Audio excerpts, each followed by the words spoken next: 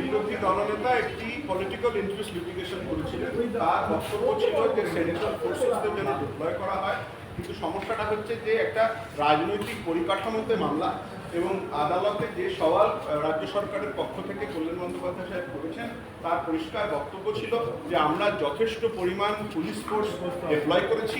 ADG north Bengal ব্যক্তিগতভাবে পুরো ব্যাপারে আছেন, এডিজি ল অ্যান্ড অর্ডার পুরো সিচুয়েশনটাকে নজর রাখছেন, ডিজি যে কোনো সময় পৌঁছে যাবেন ঘটনাস্থলে।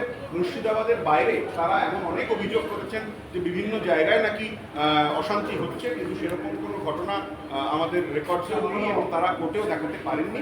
সেই জন্য কোর্ট তাদেরকে বলেছে তাদের যদি অন্য কোনো ডিস্ট্রিক্টে কোনো বক্তব্য থাকে তারা যেন হলফনামা দিয়ে সেটা জানায়। At the same point of time আমরা রাজ্য সরকারের পক্ষ থেকে অলরেডি বিএসএফকে রিকোয়েস্ট করা হয়েছিল আমাদের অ্যাসিস্ট করার জন্য, এবং সেই রিকোয়েস্টে বিএসএফ সারা দিয়ে 6 কোম্পানি ফোর্স পাঠিয়েছে, সেটা তারা আমাদেরকে অ্যাসিস্ট করছে।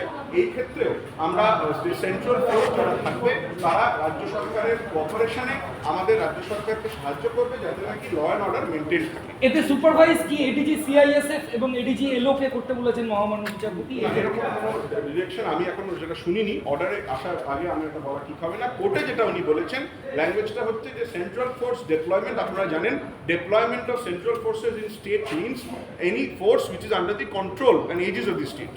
Deployment of the central forces করবার কথা বলা হয়েছে with the cooperation of the state.